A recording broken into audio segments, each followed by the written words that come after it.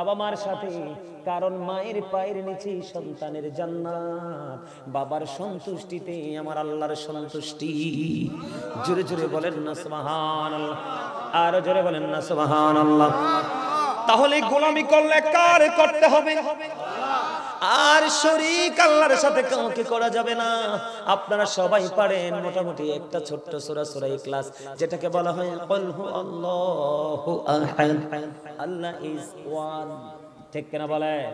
আল্লাহ এক, আল্লাহর সাথে কোনো শরীক, তিনি কারো মুখাপেক্ষী, তিনি কাউকে জন্ম দেয়নি, কারো থেকে তিনি জন্ম নেয়নি। ঠিক কিনা বলে?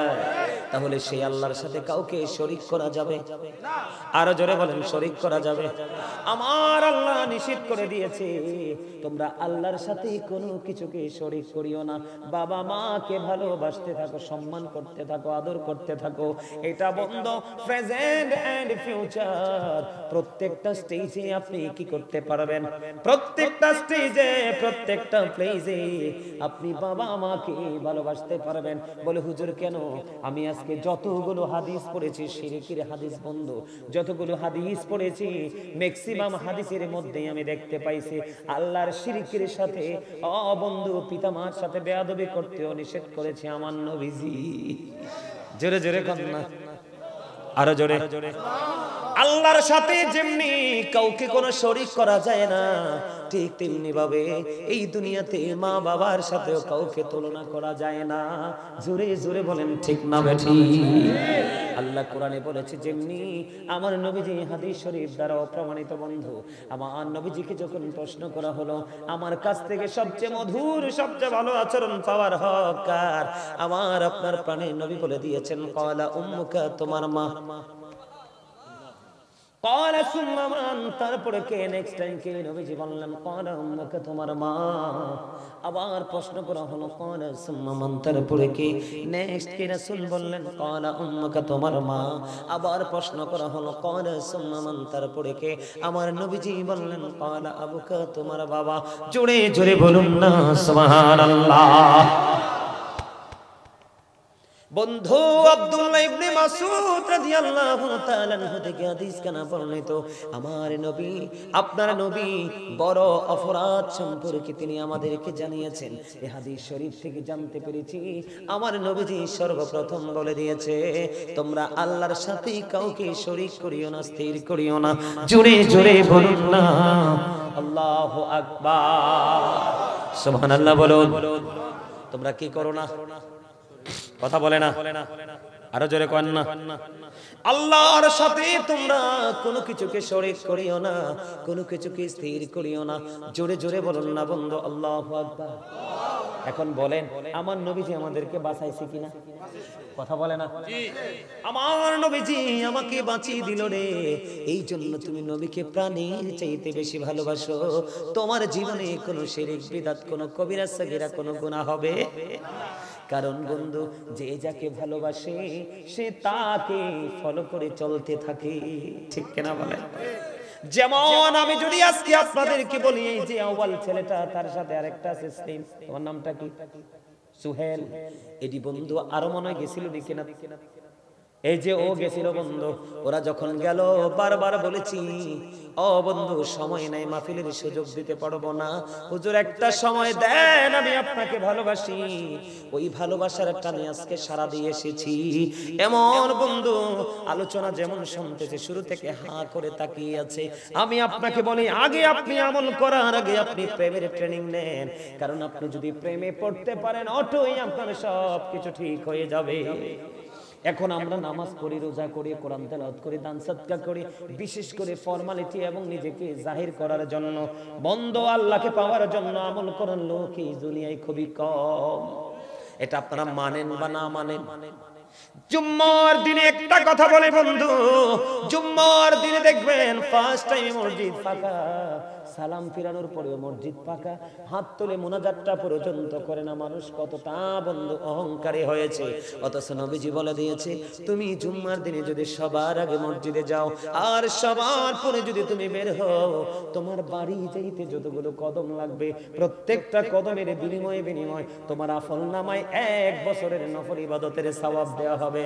ও বাকশালের আমার ভাই, আমার বাবা গো, আমার মা, আমার বোনদেরকে ডেকে ডেকে বলছি, হৃদয় খুলে শোনো। আমার নবীজি বলেছে, তোমার মসজিদ থেকে বের হয়ে যদি তোমার বাড়ি যাইতে 50টা কদম লাগে, 1 বছরে একটা কদমে যদি 1 বছরের নফল ইবাদতের সওয়াব পাওয়া যায়, তাহলে 50টা কদমে 50 বছরের নফল ইবাদতের সওয়াব। তবে নবীজি বলেছে, তোমরা যত দূর থেকে আসবে মসজিদে তত বেশি সওয়াবের অধিকারী হবে। গাড়ি আছে, অটো আছে, রিক্সা আছে, ওইভাবে এসো না, তোমরা হেঁটে হেঁটে মসজিদে আসো। জোরে জোরে কোন সুবহানাল্লাহ। আজকে সেই আমল আমাদের নাই। তার কারণ হলো আমরা আমাদের প্রাণের নবীকে নবী বলেই শুধু স্বীকৃতি দিয়ে সীমাবদ্ধ, কিন্তু নবীর আদর্শকে ধারণ করতে পারি নাই, লালন করতে পারি নাই, বাস্তবায়ন করতে পারি নাই। এটাকে প্রেম বলে না বন্ধু। প্রেম হলো ওইটা, আমার নবীজি বলেছে, তোমরা আল্লাহর সাথে কাউকে শিরিক করিও না। শিরিক হলো সবচেয়ে বড় গুনাহ, সবচেয়ে বড় অপরাধ বন্ধু। জোরে জোরে কন্যা নাউজুবিল্লাহ, আরো জোরে বলেন। কে বলেছে? আল্লাহর হাবিব আপনাকে আমাকে জানিয়ে দিয়েছে, যদি আমরা প্রাণ থেকে ভালোবাসতাম তাহলে আমরা কিন্তু আজকে অপরাধগুলো করতাম না, ঠিক কিনা বলেন? এই হাদিস শরীফের মধ্যে এসেছে, আমার নবীজি বন্ধু আরো বলে দিয়েছে, দিক তাকান, আমার নবীজি আরো বলে দিয়েছে, বন্ধু তোমরা তোমাদের সন্তান এই পৃথিবীতে আসবে, সন্তানের সংখ্যা বেড়ে যাবে, অনেক বেশি খাবার তাদেরকে খাওয়াতে হবে।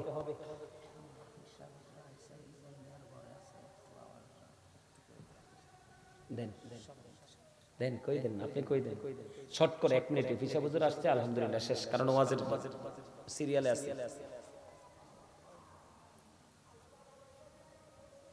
আলহামদুলিল্লাহ, আমাদের আজকের মাহফিলের সভাপতি আয়াজ আহমদ জুবাইরি সিদ্দিকী আল কুরাইশি ইশাক হুজুর কেবলা জনপুরি, উনি আমাদের মাঝে এই 10 মিনিট হয় এসে উপস্থিত হয়েছেন।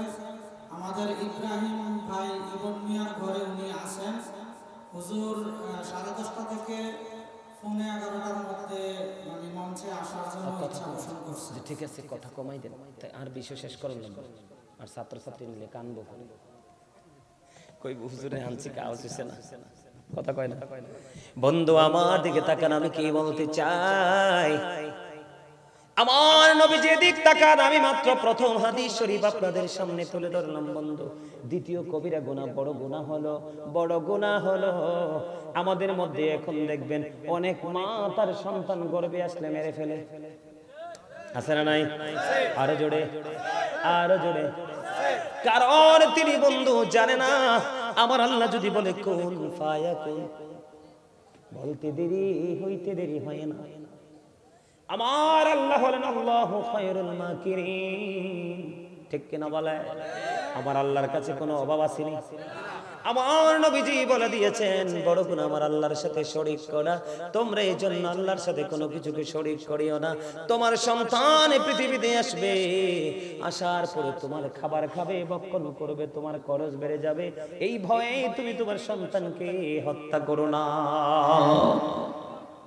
3 নম্বরে রাসূল বলে দিয়েছেন, তোমরা তোমাদের প্রতিবেশীর সাথে ব্যভিচার করো না। কি করো না? ব্যভিচার করো না, অবৈধ মেলামেশা করো না। আমার নবীজি বন্ধু নিষেধ করে দিয়েছে। এদিক দেখানো হযরতে জাবের রাদিয়াল্লাহু তাআলা থেকে হাদিস খানা বর্ণিত, আমার নবী আপনার নবী দু জাহানের বাদশা নবী, তিনি বন্ধু বলে দিয়েছেন, আপনাকে আমাকে সচেতন করেছেন আপনার আমার প্রাণের নবী, দু জাহানের বাদশা নবী, মদিনার কামলেওয়ালা নবী। আমার নবীজি বলে দিয়েছেন বন্ধু, 2টা ওয়াজিব কারীর বক্তব্য দিতে বলেছেন, জানতে চেয়েছেন কি কাজ করলে 2টা জিনিস ওয়াজিব হয়ে যাবে। আমার নবীজি বললেন, তুমি যদি জীবনে আল্লাহর সাথে কোনো কিছুকে শরীক না করে মরো, তোমার জন্য বরাদ্দ হয়ে যাবে জান্নাত। তুমি যদি তুমি যদি আল্লাহর সাথে কোনো কিছুকে শরীক করে মারা যাও তাহলে তোমার জন্য বরাদ্দ হবে জাহান্নাম। জোরে জোরে কন্না নাউজুবিল্লাহ। তাহলে আমরা কি করব না আল্লাহর সাথে শরীক করব না। শিরিক মানেটা কি? কে অংশী? এই তো চমৎকার। মানে আমরা কোনো কিছুতে আমলের ক্ষেত্রে, কাজের ক্ষেত্রে, যেই কোনো প্লেস বা স্টেজ যেটাই বলেন, যেখানে যাই আমরা মনে রাখতে হবে, বিশ্বাস রাখতে হবে আমাদের আল্লাহ এক। শিরিক করে কারা জানেন না আপনারা? যারা সূর্য পূজা করে, কথা কয় না, যারা মূর্তি পূজা করে। এখন কিন্তু পূজা চলতেছে কিনা? ওরে বাপ রে বাপ, আছে না নাই? এটা কি কথা কয় না? এটা শিরিক কিনা? এখন আপনার তো প্রেম শিরিক ওয়ালাদের সাথে। গাছের তে বললেন মনে হয়, আরে কিচ্ছু বুঝে না। বল কইছি আপনার বাচ্চাগুলোর দেখে দেখেন সবগুলোর স্টাইল ইহুদিদের স্টাইল। কথা কয় না কেন? বলছি আল্লাহ শিরিক করতে নিষেধ করেছে কিনা? এরা আল্লাহ বাদ দিয়ে ভগবান কি করে, কত নাম রাখে না নাই? আমি এই নাম উচ্চারণ করতে চাই না। যেদিন আমি কোরআন থেকে জানতে পারলাম আল্লাহ বলেছেন ইন্নাল কাফিরিনা কানু লাকুম আদুওয়াম মুবিনা। আমার আল্লাহ বলে দিয়েছেন the heretics are the eternal enemy of the believers. ঈমানদারদের প্রকাশ্য শত্রু হলো বেঈমানেরা। এই কারণে বন্ধু, ঈমানদারদের শত্রু ঈমানদাররা শিরিক করে না, আর বেঈমানেরা শিরিক করে বলেই তারা বেঈমান। কথা কয় না কেন? এই জন্য আমার আল্লাহ বলে দিয়েছে বেঈমান কাফেরেরা কি? বেঈমান কাফেরেরা ঈমানদারদের প্রকাশ্য শত্রু বলেছে কে? আপনার আমার আল্লাহ। ও বন্ধু, তাদের ঠিকানা কোথায় জানেন নি? আমার আল্লাহ বলেছেন উইদ্দাত লিল কাফিরিন। ওই বেঈমান কাফেরদের জন্য বরাদ্দ হলো জাহান্নাম। আর আপনি আমি আমরা যারা বন্ধু মুমিন মুত্তাকি, ও বন্ধু আমার আল্লাহ বলেছেন উইদ্দাত লিল মুত্তাকিন। মুত্তাকিনদের জন্য হলো বরাদ্দ বন্ধু জান্নাত। তার মানে আল্লাহ কাফির বেঈমানদের জন্য বানাইছে জাহান্নাম, আর মুত্তাকিদের জন্য বানাইছে আল্লাহ জান্নাত। তবে আপনাদেরকে বলে গেলে চলবে না, সকল মুসলমান মুত্তাকি নয়, কিন্তু সকল মুত্তাকি বন্ধু মুসলমান। আমরা মুত্তাকি হতে পারি না। কি পূজা যে একটা হয়, দুর্গা পূজা না কি জানি একটা হয় বন্ধু। কুমিল্লা শহরে যেদিন কি জানি বলে এগুলো মূর্তি যখন ফালাবে, কুমিল্লা সিটিতে পা রাখার বন্ধু কোনো জায়গা থাকে না। এত অশ্লীল শব্দ, এত গানে বাদ্যযন্ত্র দ্বারা বন্ধু মূর্তি উৎসব মকরভাবে ফালায়। আর এগুলার মধ্যে দেখি বন্ধু মুসলমানের বাচ্চারা প্রসাদ খাইতে যায়। ছি ছি ছি ছি ছি ছি, নাউজুবিল্লাহ বলেন না। এইবার দেখছি আমাদের দেশের মৌলবীরাও যাইয়া ওইখানে গীতা পড়ছে। আর যারা কয় না ঠিক বটে, মুনাজাত ধরছে। হ্যাঁ, একদম কারেক্ট চাচা। ওই আমার স্বাস্থ্য ভাইতে আর একটা খোঁচা দিছে। ঠিক আছে, তুমি কথাটা বলছো, এটা আমি ব্যাখ্যা দিতেছি। আমার আজকের বিষয় এটা বলবো, তবে শিরিকটা নিতে থাকবে, শেষ করে ভিসা ভাইয়া পড়বে। আইয়া বললে কি 100 পাওয়ারের লাইট আসলে 50 পাওয়ারের লাইট এমনি বন্ধ হয়ে যায়, ঠিক না? ঠিক। আরে জোরে আমি কি বললাম? আপনারা দেখেন নাই পড়ছে যে আল্লাহর ওলির মাজার ভাঙছে, কথা কয় না? এখানে বেদাত হয়। কি হয়? এই আপনারা বলেন, আপনাদের জীবনে কোনোদিন শুনছেন কেউ আল্লাহর ওলির কাছে যায় কইছে বাবা গো আমার এটা দাও? কইছে? কি কইছে? আল্লাহ গো তোমার বন্ধুর দরবারে আইছি, আল্লাহ তোমার পাগলের দরবারে আইছি, তোমার পাগলের উসিলায় আমারে নেয়ামতটা দাও। তো এটা কি নাজায়েজ নেই? আমার আল্লাহ বলেছে কোরআনে, ইয়া আইয়ুহাল্লাযীনা আমানুত্তাকুল্লাহা ওয়াবতাগু ইলাইহিল ওসিলা। আমার আল্লাহ কই ইমানদারেরা তোমরা আল্লাহকে ভয় করো, আল্লাহকে পাওয়ার জন্য উসিলা খোঁজো। উসিলা খোঁজার জন্যই আমরা জীবিত আল্লাহর ওলির দরবারে যাই। আল্লাহর ওলি পৃথিবী ছেড়ে চলে গেল, আমরা তাদের দরবারে যাই জিয়ারতের জন্য।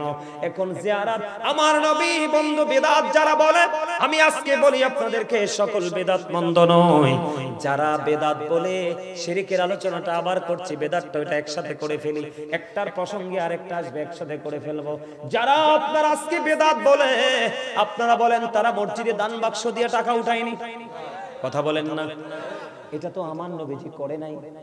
এখন আপনি যে করলেন, আপনাকে টাকা দিলে বেদাত হয় না, আর আপনি সুবিধা না পাইলে বেদাত বলে ফতোয়া দেন, আপনি কোন মুসলমান? কথা কন না কেন? আমার ডরান নাকি? হেসা কথা কই দিকে ডর আছে না? আরো জোরে হেসা কথা কইলে কিছু লোকের গায়ে গরম পানি পড়বে। নবী বলছে আল হাক্কু মুররুন, হক কথা তিতা, মানে আল্লাহ কয় হক কথা তিতা হইলো অকুলু কাউলান সাদিদা, হেসাদাই কও, সে দা রাইট থিং, সত্যটা বলো, জোরে কোন সুবহানাল্লাহ।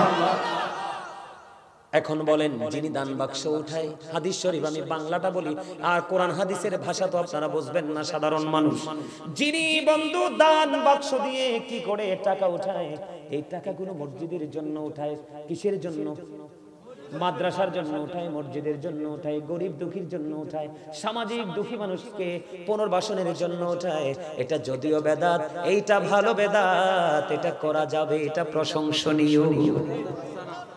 সুবহানাল্লাহ কয় না কেন? আরো জোরে আর একটু মহব্বতে। আপনারা জানেন না, যারা বেশি বেশি করে বেদাত বেদাত বলে চিল্লায়, তাদের পুরো বডি বেদাতে মোড়ানো। ওমা কথা কয় না, বলে হুজুর কেন বললেন? এই যে আমাদের আপনাদের মসজিদেও নিশ্চয়ই কাতার আছে, কথা কয় না কেন?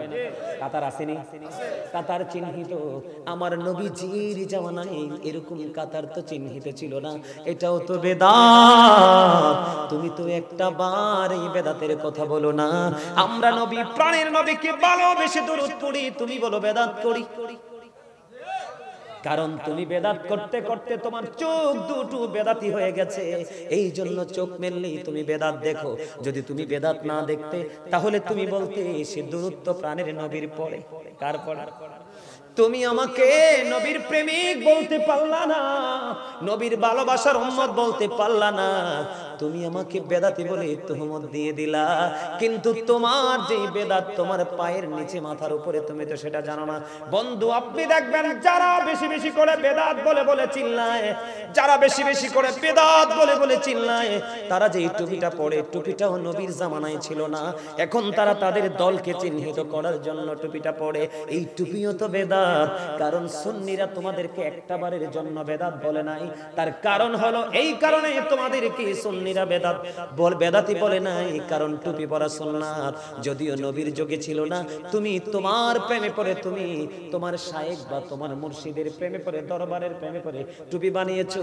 যদিও তুমি এটা বন্ধু বানাইছো, যদিও এটা বেদাত, এটা সুন্দর বেদাত, এই বেদাত প্রশংসনীয়, কারণ টুপি পরা সুন্নাত। কথা বলেন না কেন? আমরা সুন্নিরা কি কোনোদিন তাদেরকে বেদাতি বলছি? কারণ আমরা নবীর প্রেমিক, নবীর হাদিস বেশি বেশি করে পড়ি রে। আমরা বন্ধু নবীজি যে কলকবজা কৌশল শিখিয়েছে, সেই কৌশলটাকে হৃদয়ে ধারণ করে চলি। তোমার সাথে আমার জায়গা নিয়ে, বাড়ি নিয়ে ব্যক্তিগত দ্বন্দ্ব থাকতে পারে, কিন্তু এই জন্য আমার নবীর সিস্টেমটাকে ওভারটেক করে আমি তোমাকে মিথ্যা তুহমত দিতে পারবো না। কথা বলেন না কেন? আমার কথা আপনার কাছে ভাল লাগেনি? আরো জোরে বলেন, ভাল লাগেনি? বেদাত মানে হলো নবীর জামানায়, নবীর সময় যা ছিল না এমন কিছু চালু করে দেওয়া। কথা কয় না ভাই? কিন্তু সব চালু কি বন্ধু খারাপ? কথা বলেন না? আমি আপনাকে বলি, আপনার এই মসজিদের কাজ চলতেছে, বাংলাদেশে ম্যাক্সিমাম মানুষ বন্ধু রাস্তায় কালেকশন করে মসজিদ করে, করে কি করে না? আমার নবীজি সাহাবায়ে কেরামকে এইভাবে ভিক্ষা করার জন্য পাঠায় নাই। কিন্তু আপনি যে এটা করতেছেন, বিশেষ করে আমি আপনাকে বলি, এখন যারা আমার সুন্নিদেরকে বেদাতি বলে বলে ডাকে, তারা দেখবেন বন্ধু টং দোকান, চা দোকানের মতো 3 তলায় 5 তলায় এই ছোট্ট ছোট্ট ব্যবসার জন্য মসজিদ বানাইছে, মাদ্রাসা বানাইছে। কথা কয় না কেন? ভুল বলছি না? এটা তো আমার নবীজির জামানায় ছিল না। তুমি তো এই মাদ্রাসা চালু করেছো, এটাও তো বেদাত। কিন্তু আমরা তোমাকে একবারের জন্য বেদাত বলি নাই, কারণ এই বেদাতের মাধ্যমে কোরআন হাদিসের প্রচলন হচ্ছে। কথা কয় না কেন? কিন্তু তুমি আমার নবীকে দাঁড়াইয়া যখন আমি সালাম দেই, তোমার কলিজায় এত ব্যথা লাগে কেন? তুমি সূরা ফাত পড়ে দেখো, আমার আল্লাহ বলে দিয়েছেন তুআযিরুহু ওয়া তুওয়াক্কিরুহু। আমার আল্লাহ বলেছেন help him and respect him. তোমরা আমার হাবিবকে সাহায্য করো এবং সম্মান করো। আমি শুধু আমার নবীর মহব্বতে, আমি শুধু আমার নবীর প্রেমে দাঁড়াই। তুমি আমাকে বেদাতি বলে ডাক দিলা, কিন্তু আমার মনের ঘরে যে আমার রাসূলের জন্য বড় বড় ভালোবাসা আছে, প্রেম আছে, সেটা তুমি তাকাইলা না। তাহলে আমি তোমাকে কি বলবো? বলার ভাষা তো আমার নাই। ও বন্ধু, এবার উনি বলবে নবী তো মরে গেছে, আমার নবীজি মরে গেছে, জাস্ট এটা ছিল একটা ফর্মালিটি। কথা বলে না কেন?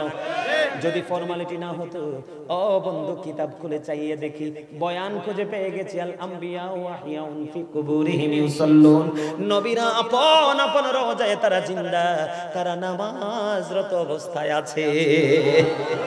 এখন আপনি যদি বলেন হুজুর আপনার এই বক্তব্য আমি মানি না, তাহলে আমি বলবো আপনি মরার সময় বলে যাবেন, আপনি মরার সময় বলে যাবেন আমি যদি মৃত্যুবরণ করি তাহলে আমার কবরে নামাইয়া বিসমিল্লাহি ওয়া আলা মিল্লাতি রাসূলিল্লাহ বললো না। ঠিক কি না বলেন?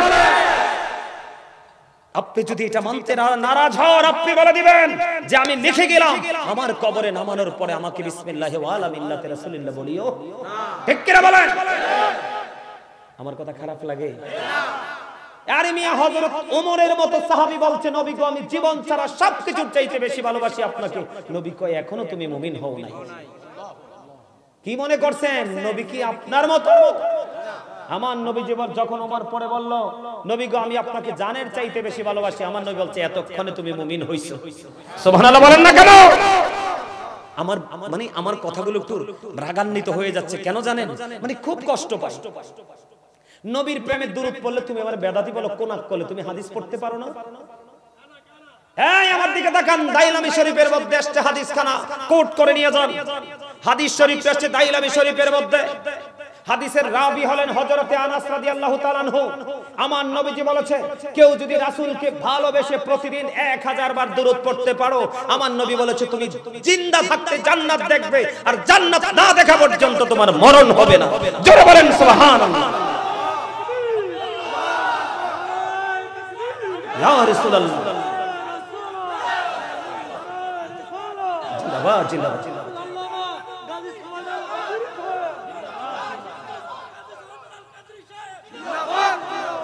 তোমাদের এই যে চাচা, তোমাদের মধ্যে যে প্রেম আমি দেখেছি, জাজবা দেখেছি, আমি তোমাদের কাছে বলে যাই তোমরা সবাই জানো যে কবরে 3টা প্রশ্ন হবে। প্রকৃত নবীর প্রেমিক মুমিনের একটা প্রশ্ন হবে। কয়টা? এর হাদিস কয়টা প্রশ্ন? নবী সম্পর্কে প্রশ্ন করতে দেরি সে মুমিন চিনে ফেলবে, চিনতে দেরি গায়েব থেকে আওয়াজ আসবে, তার কবরটা দৈর্ঘ্যে প্রস্থে 70 গুণ প্রশস্ত হয়ে যাবে, তার কবরটা নূরের আলোয় আলোকিত হয়ে যাবে। তখন ওই মুমিন পৃথিবীতে ফিরে আসতে চাইবে, ফেরেশতারা বলবে না আর পৃথিবীতে ফিরে যেতে পারবা না। কয় কেন? কয় তুমি নতুন বরের মতো ঘুমিয়ে যাও, ওই পর্যন্ত ঘুমাবা যেই পর্যন্ত তোমার মালিক তোমাকে আর না ডাকবে। আমরা সেই নবীর গোলামি করি। তুমি আমাকে বেদাত বলো, তুমি বেদাত বলো আর না বলো, আই ডোন্ট কেয়ার। আমার দৃষ্টি আমার মদিনা ওয়ালার দিকে। কারণ আবার আল্লাহ বলেছে কোরআন থেকে স্পষ্ট, আমি আল্লাহকে পেতে হলে মদিনা হলো স্টেশন, ওখানে আসো, হাজিরা দিতে হবে, মদিনা ওয়ালা হতে হবে। আমার কথা খারাপ লাগে আপনাদের কাছে? এই মিয়া এখনো পর্যন্ত মদিনায় যান, নবীর রওজার কাছে একটা সেকেন্ডের জন্য বসতে পারবেন না। গেছেন? একটা সেকেন্ডের জন্য নবীর রওজার কাছে আপনি বসতে পারবেন না। দাঁড়ানো অবস্থায় সালাম দিয়ে চলে যেতে হবে। মসজিদে নববীতে যদি হাসান ইবনে সাবিত যদি নবীজির সম্মানে দাঁড়ায়া দাঁড়াইয়া কুফরকে নিন্দা করে রাসূলের শানকে বৃদ্ধি করে গাইতে পারে, তুমি সলিমউদ্দিন কে? কথা বলেন না কেন? আরো জোরে। যুবক আমি তোমাদেরকে বলি, এদের টার্গেট হলে তোমরা দেখবা ওরা আমল নাই, এটা নাই সেটা নাই বলবে। আমলের মধ্যে কোনো ডিজিটালাইজ নাই, কমার্শিয়াল কোনো শব্দ নেই। নবীজির যে স্টাইল সেই স্টাইল কি তুমি ফলো করবে? আজকে তাদের বক্তব্য শুনতে শুনতে যুবকরা মনে করে আরে সহজ করে দিছে, আসলে এটাই গজব। তুমি আমল করো বা না করো, তোমার আকীদা থাকতে হবে একটি আকীদা। যেমন আমি মিলাদ আজকে পড়লাম না, কি করলাম না, কিন্তু আমি যারা মিলাদ পড়ে তার বিরোধিতা করলাম না, তাহলে আমার আকীদা সহিহ। এটার নাম হলো আহলে সুন্নাত ওয়াল জামাত। কথা কি বুঝতে পারছেন? আরো জোরে, আরেকটু মহব্বতে, আরো জোরে কন্যা। মাদ্রাসা মাদ্রাসা আসেনি, এগুলো তো বেদাত। কিন্তু সুন্নিরা কি কোনোদিন একবারের জন্য তাদেরকে বলছে তোমরা বেদাতি? বলে নাই, কারণ সুন্নিরা জানে নবীজি বলেছে এটা উত্তম বেদাত। কথা কন না কেন? আরো জোরে। আপনারা আমাকে বলেন তো, বলে হুজুর এটা তো যন্ত্রকে আপনি আমলে ইউজ করেন না, এটা আমলের সাথে যুক্ত হয় না? আপনি দেখবেন মসজিদে অনেক বেশি গরম লাগতেছে, কি লাগতেছে? গরম লাগতেছে, আপনারা এসি লাগাবেন। কি লাগাবেন? ওই যিনি বেদাত বলে ফতোয়া দেয় উনি দেখবেন ঢুকবো, ঢুকে কইবো হুজুর ওপেন দা এসি, ঠিক কিনা বলেন? আরো জোরে। তো দুইটা লাগাবে, আছে 8টা, কয়টা? হুজুর আই এম 50% রিল্যাক্স। কি অর্ধেক হইছে, তো কি করতে হবে? মানে সবগুলো কি করে দিতে হবে? ওপেনিং করে দিতে হবে। এখন যে বলবে আই এম 100% রিল্যাক্স। তো এখন তুমি যে এসির বাতাস খাইলা, ফ্যানের বাতাস খাইলা, রিল্যাক্স করে নামাজ পড়লা, আমার নবীর জমিদের গন্ধও ছিল না। কই এটাও তো বেদাত। একবারে তো এটার কথা বলো না, কারণ আরাম পাও, তাই না? হ্যাঁ, আরাম পাও। এই শোনেন, গতকালকের মাহফিলের খবর শুনেন, এরা বেরাতি বলে চিল্লায়, আমরা নাকি জিলাপি খাই। এই দিক তাকান, ওই যে সাদা গেঞ্জিরা দেখেন, এই ছেলেটা আমার ড্রাইভার, দাঁড়ায় রয়েছে, আমার পাহারা দিতেছে, ওই যে এই পাশেরটা, ওটাই আমার কালকে গাড়িতে ওঠার পরে বুঝছিনি স্যার, আমার গাড়ি এদিক তাকান, গাড়িতে ওঠার পরে, এটা আপনাদের কি বাস্তবতা বলছি, এটা ওয়াজের অংশ, আপনারা বললেন আমি গল্প করতেছি। ওই ছেলেটা আমার বলতেছে হুজুর একটা কথা বলবো, কি? যারা আজীবন আপনাদের কি জিলাপি খুর বললো, আজকে তাদের মাহফিলটা শেষ হইতে সব আপনার মাহফিল আইসা বৈশা গেছে তো খিচুড়ি নিয়ে। এখন তোমার ফতুয়াটা কই গেল? কথা বলেন না। আর আমরা সুন্নিয়তের যদি একটা রিকশাওয়ালা হয়, তার কথা যেমন কাজও তেমন, ঠিক কিনা বলেন? একটা রিকশাওয়ালা দেখবেন নবীর সাথে যার দুশমনি তার সাথে কোনো আপোষ করে না। আরো জোরে বলেন। এক অটোওয়ালা নবীর বিরুদ্ধে বলাতে কত ভাড়া লাগবে না, তোর নাম কেন? নবীকে জানের চেয়ে বেশি ভালোবাসতে হবে। কি করতে হবে? আরো জোরে। এখন আপনাদেরকে বলি, কোন জায়গাটাতে আপনাকে বেদাত বলবে? আমার দিকে তাকান, আমি কি বলি? এই আমরা মিলাদুন নবী পালন করি না, আপনারা পক্ষে নেই। আচ্ছা, আপনার বাচ্চার জন্ম হইলে জন্মদিনে যে মোল্লা দাওয়াত খাইতে যায়, এই সময় বেদাত ফতোয়া দেয় না? আমার কথা কয় না। আপনার বাচ্চার জন্মদিনে আপনি একটু দোয়া পড়াবেন, মিলাদ পড়ো না, মিলাদ পড়ো না, এটা বেদাত। তো জন্মদিন উপলক্ষে মিলাদ যদি বেদাত হতে, খানাটা দাঁত হয় কেমনে? কথা কয় না কেন? একটা গল্প শোনেন, চট্টগ্রামের ওই সাইড থেকে বৃদ্ধ এক মহিলা আমাকে হঠাৎ করে একদিন ফোন দিল, হুজুর আমি এভাবে, আমার পাশে একটা মাদ্রাসা আছে, নবীর প্রেমের বাগান, সুন্নি মাদ্রাসা, এটাতে আমি খাবার খাওয়াবো। তো মহিলা নাকি একই হেই পার্টি আর কি। জিজ্ঞাসা, হুজুর আমি তো একটু মেহমান মাদ্রাসায় খাবার খাওয়াইতে চাই হুজুরদেরকে। কয় আপনি মাদ্রাসাতে খাওয়ানোর দরকার কি? আরে ঘরে খাওয়াইতে চাই। উনি ঘরে খাওয়াইতে চায়, কোথায়? মানে মেহমান দাওয়াত দিয়ে যে কোনো ছেলে ঘরে খাওয়াইতে চায়। এবার ওই হুজুর নাকি বলছে আপনার ঘরে খাওয়ানোর দরকার কি? আমাদের মাদ্রাসাতে ঘরে খাওয়ানোর দরকার নাই। তো কেন করে? তো বেদাত। তো এবার মহিলা খুব চালাক শিক্ষিত মহিলা কইতেছে, আমার ঘরে আমার হাতে বাইরে খাওয়াবো, এইটা যদি বেদাত হয়, পুটলা কইরা আপনার মাদ্রাসা দেওয়া জায়েজ হয় কেমনে হুজুর কম তো? এই যে বাগছে, কয় হুজুর আমার সীমানারা আসে না, কোন হুজুর আমি যে হুজুর এই ফেসটা দিয়ে ধরলাম, আমার কোনো গুণ হইব না, আমি কারে না ডাবল সব হইব। কারণ আপনি চোরকে পাকড়াও করেছেন, যেটা ঈমান চোর। কথা কয় না কেন? বলে কেন ঈমান চোর বললেন? হুজুর আমার দিকে তাকান, 1000 বার দুরূদ পড়বেন, নবীজি বলছে জান্নাত দেখে মারা যাবা। বিশেষ করে প্রত্যেকটা জুমার দিনে মাত্র 80 বার দুরূদ পড়বেন, নবীজি বলছে আমার আল্লাহ খুশি হয় তোমার 80 বছরের সগীরা গুনাহ maaf করে দিবে। নবীজি বলেছে তুমি বেশি বেশি দুরূদ পড়ো, যত বেশি দুরূদ পড়বা হাসরের দিন আমি নবীর তত কাছে থাকবা। তুমি যদি সলিমউদ্দিনের ফলে কলিমউদ্দি আমার বেদাতি কো, আমার কিচ্ছু যায় আসে না, আমি প্রেমে পড়ে করি। কথা হয় না কেন? আপনারা যুবকরা তোমরা শুনছো কিনা জানি না, গাজীপুরে একটা মিডিয়াতে আজকে প্রায় 1 যুগের উপর এক লোক ভাত খায় না, খেজুর খায়। আমি টিভিতে দেখছি, তোমরা দেখছো কিনা জানি না, আমি নিজে চোখে ভিডিওটা দেখছি। এরে অনেক বলছে, ডাক্তাররা বলছেন আমার নবীর পছন্দের ছিল খেজুর, খেজুর খাইতে খাইতে যতদিন বাঁচবো ততদিনে বাঁচবো, এরপরে চলে গেলে যাবো। আপনি কি এটাকে বেদাত বলবেন না প্রেম বলবেন? আরো জোরে বলেন। এখন আমার দিকে তাকান, আমি একটু ক্লিয়ার করে দেই। আমার রাসূল আল্লাহ কি বলেছে কোরআনে? কুল বিফাদলিল্লাহি ওয়া বিরহমাতিহি ফাবিযালিকা ফালিয়াফরাহু হুয়া খায়রুম মিম্মা ইয়াজমাউন। আল্লাহ রাব্বুল আলামিন বলছে, আল্লাহ আমাদের জন্য নিয়ামত পাঠিয়েছে, রহমত পাঠিয়েছে, ফজল পাঠিয়েছে। এই রহমত, নিয়ামত, ফজল পেয়ে যেন আমরা আনন্দ উৎসব করি। খুশি হই, কি হই? আল্লাহ বলছে ফালিয়াফরাহু, তোমরা আনন্দ উৎসব করো। আল্লাহ লাভ হবে কি? আল্লাহ কয় হুয়া খায়রুম মিম্মা ইয়াজমাউন, এটা তোমাদের পুঁজি করা সম্পদ চাইতে দামি। তার মানে কি? আমি আরেকটু ব্যাখ্যা করি। ঈসা নবী যখন স্বর্গীয় খাবার চেয়েছে, আল্লাহ স্বর্গীয় খাবার দিয়েছে। সেই খাবারকে কেন্দ্র করে এখনো পর্যন্ত ঈসা নবীর অনুসারীরা ঈদ করে আসছে। ঈদ শব্দটির পরিবর্তন করেনি। আর আপনার আমার জন্য আল্লাহ কয় আমি তোমাদের জন্য পাঠিয়েছি সিরাজুম মনিরা, উজ্জ্বল প্রদীপ, নূরাম মুবিন, সুস্পষ্ট আলো। আল্লাহ সে আলো পেয়ে কি করব? আল্লাহ কয় ফালিয়াফরাহু, তোমরা আনন্দ উৎসব করো। হুয়া খায়রুম মিম্মা ইয়াজমাউন, এটা তোমাদের পুঁজি করা সম্পদ চাইতে উত্তম, সেটা হলো নবীজি। কোরআনে এত দলিল থাকার পরে আমি নবীজির মিলাদে, নবীজির আগমনে আমি খুশি হই। এই নবীজির আগমনে যদি জান্নাত চাইরা মা হাওয়া আসতে পারে, মা হাজেরা আসতে পারে, মা মরিয়ম যদি জান্নাত চাইরা মা আমেনার জীর্ণ নিভৃত কুটিরে আসতে পারে নবীজির আগমন উপলক্ষে। আর আমি কুদ্দুর কি, আর আমি কি কুদ্দুর নবীর আগমনে খুশি হইয়া কুদ্দুর মিলাদ পড়তে পারি না? আচ্ছা, মিলাদে কি করা হয়? কোরআন তেলাওয়াত, এটা জিকির না?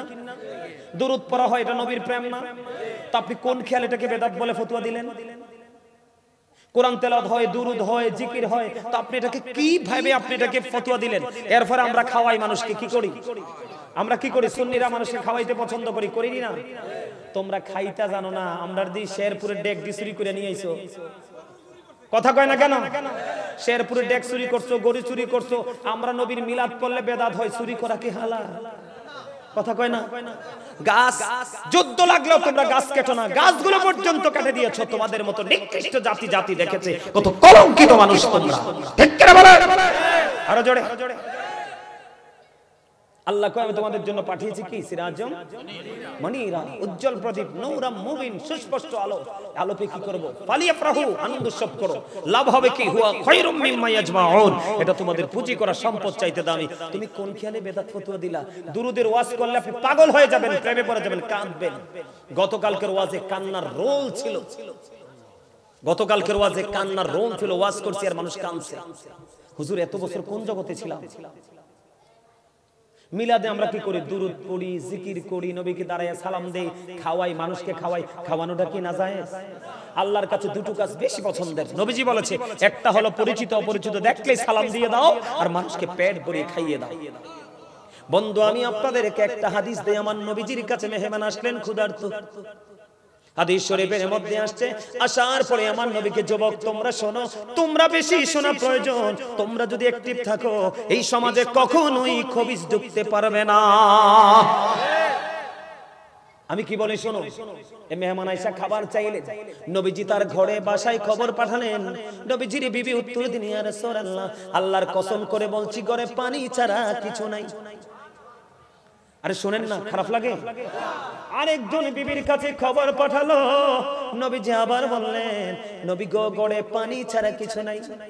এবার সাহাবায়ে কেরামদেরকে বললেন, কে রে মেহমানটার দায়িত্ব নিবে? একজন আনসারী সাহাবী দায়িত্ব নিলেন। দায়িত্ব নিয়ে মেহমান নিয়ে বাড়ি চলে গেলেন। ওই আনসারী সাহাবীর ছোট্ট একটা বাচ্চা ছিল, হাদিস শরীফের মধ্যে আসছে বন্ধ। ওই ছোট্ট বাচ্চার একটু খাবার ছিল তার ঘরে। যখন মেহমান নিয়ে গেল, মেহমান নিয়ে যাওয়ার পরে বিবিকে বলল, বিবি রে, ও বিবি, তুমি একটা কাজ করো, সন্ধ্যা যখন হবে বাতিটা নিভাই দিও। বাতিটা নিভাই দিয়ে তুমি আজকে বাচ্চাটাকে খাবারটা রাইখা তুমি ঘুম পাড়াইয়া দিও। দেখেন আমার নবীজির অর্ডারের প্রতি তাদের কত শ্রদ্ধা, কত মূল্য, ভালোবাসা ছিল। বাতিটা নিভাইয়া দিও। ওই বিবি বাতিটা নিভাইয়া দিলেন, বাচ্চাটাকে ঘুম পাড়িয়ে দিলেন। বাচ্চাটাকে ঘুম পাড়িয়ে দিলেন, ওই বাচ্চার খাবারটা ওই মেহমানকে খাওয়াই দিলেন। রাত্রিটা ফুরিয়ে গেল। সকালে যখন হলো, এবার ধীরে ধীরে হাঁটতে হাঁটতে হাঁটতে হাঁটতে বন্ধু এবার কি করলেন? নবীজি ওই আনসারী সাহাবীর চেহারাটা দেখলেন। দেখার পরে আমার নবীজি মুস্কি মুস্কি হাসে। নবীজির নুরানি চেহারা মোবারকে নুরানি হাসি ফুটে উঠলো। এবার ওই আনসারী সাহাবী ডাক দিয়ে বললেন, ইয়া রাসূলুল্লাহ, ইয়া হাবিবাল্লাহ, নবী, নবী গো, ও প্রাণের নবী, এত মিষ্টি হাসির কারণ কি? আমার নবীজি বললেন, তুমি যে মেহমানের সাথে যে আচরণ করেছো, এই আচরণে আমার আল্লাহ অনেক বেশি খুশি হয়েছে, সন্তুষ্ট হয়েছে, এই জন্য আমি মুস্কি হেসেছি। খাওয়াইছেনি তো, খাওয়াইছে দেখি তো খুশি হয়েছে। না খাওয়াইলে কি খুশি হইতো আমার আল্লাহ? যদি নিয়ে বাচ্চারা খাওয়াই অভ্যাস রাখতো, আমার ঘরে খানা নাই শুধু ঘুমাই থাকেন, হইতো? তাহলে খাওয়ানো লাভ না লস? আপনি কোন দিক দিয়ে ফতোয়া দেন? মা এসে একদিন প্রশ্ন করলো, নবী গো আমার দুইজন প্রতিবেশী আছে, আমি কারে আগে দিব? নবী কো যার ঘর তোমার খুব কাছে তারে আগে দাও। আপনি কোন খেয়ালে বেদাত ফতোয়া দিলেন? তাতে বোঝা যায় আপনি যে অশিক্ষিত, এটা স্পষ্ট। কথা কয় না কেন? ভুল বললাম?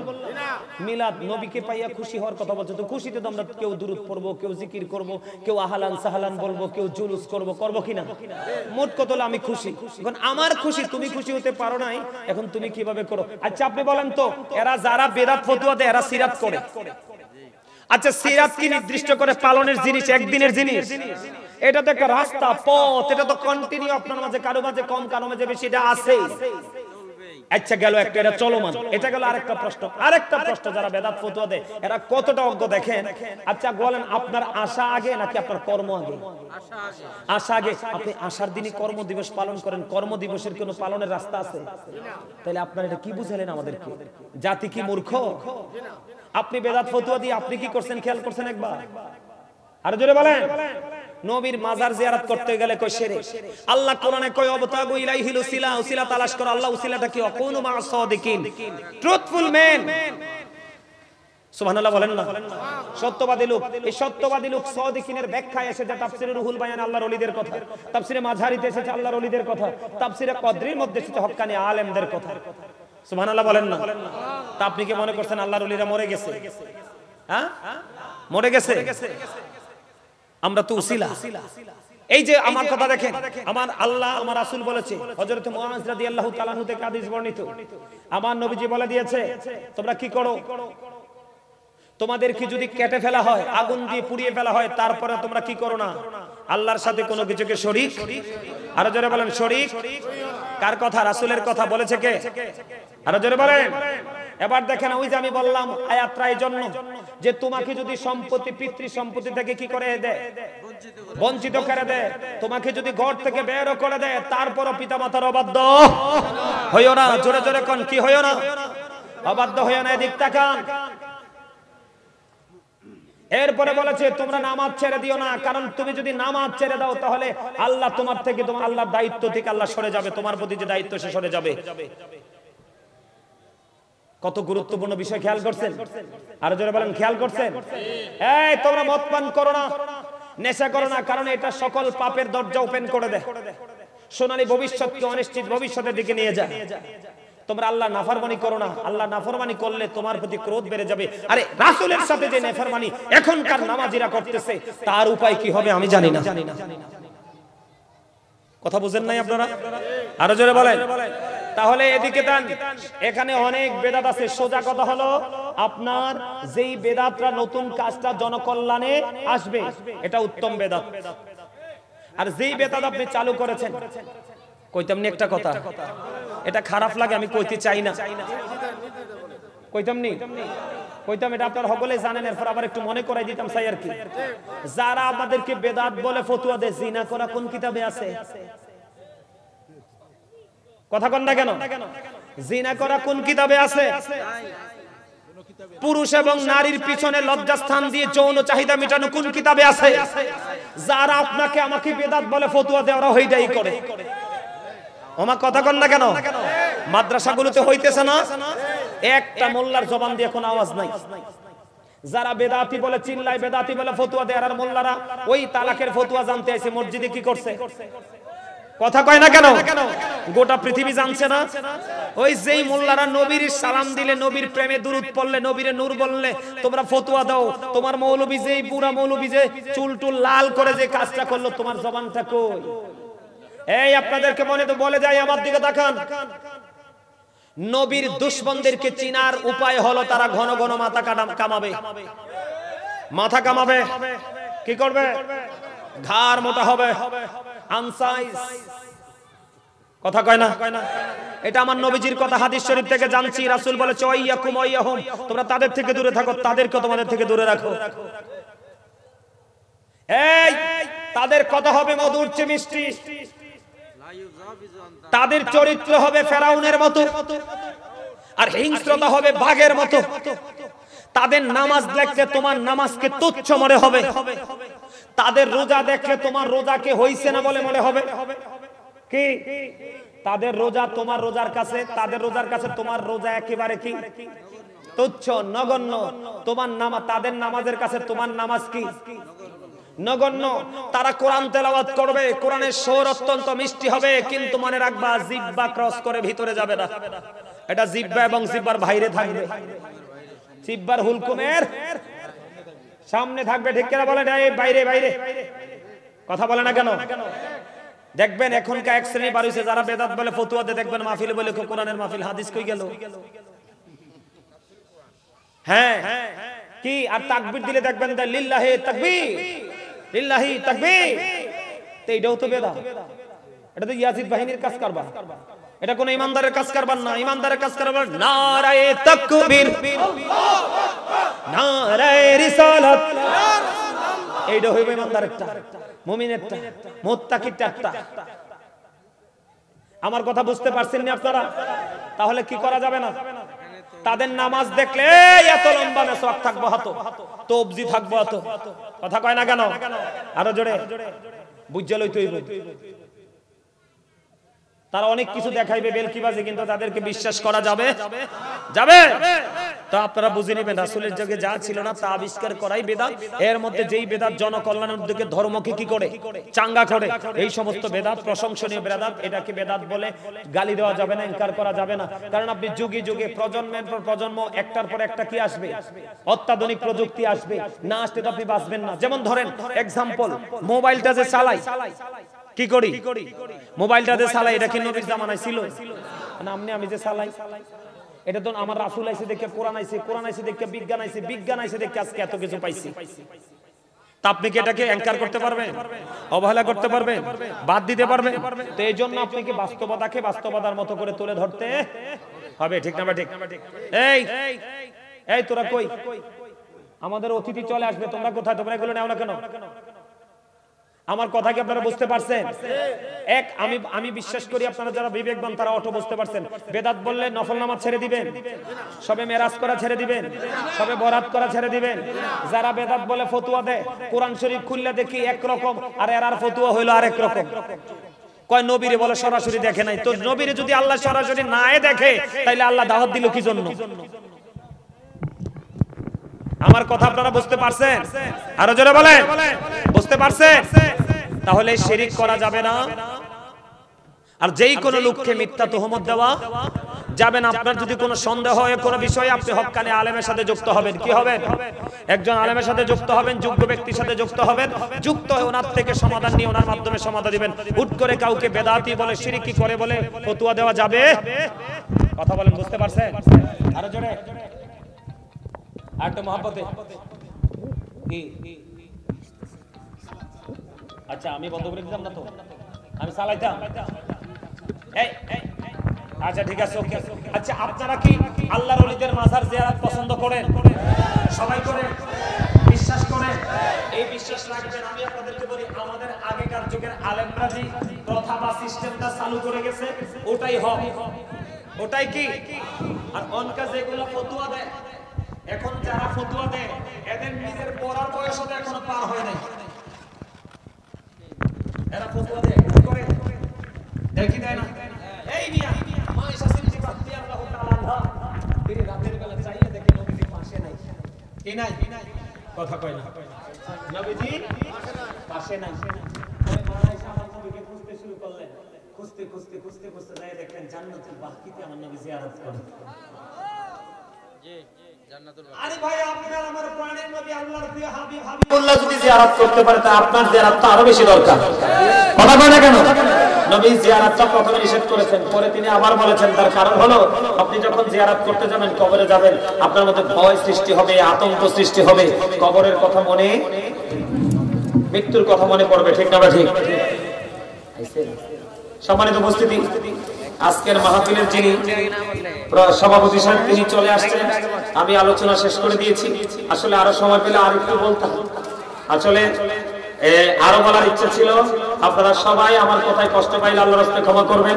ভালো লাগলে কথাগুলোর উপর ভিত্তি করে আমল করার চেষ্টা করবেন। আল্লাহ আমাদের সবাইকে সেইভাবে আমল করার তৌফিক দান করুন। সকলে বলুন আমিন। নারায়ে তাকবীর, নারায়ে রিসালাত। জনাব জনপুর বিষয় হুজুর, জনাব জনপুর বিষয় হুজুর, নারায়ে তাকবীর। বাক্সারবাসীর পক্ষ থেকে, মাহফিল কমিটির পক্ষ থেকে আলহামদুলিল্লাহ আমাদের আজকের মাহফিলের সভাপতি মহোদয় জনপুরের পীর সাহেব হুজুর কিবলা আমাদের মাঝে এসে উপস্থিত হয়েছেন এবং আমি এবং আমরা মাহফিল কমিটি অত্র এলাকাবাসীর পক্ষ থেকে আমাদের প্রধান বক্তা মাওলানা গাজী সুলাইমান আল কাদ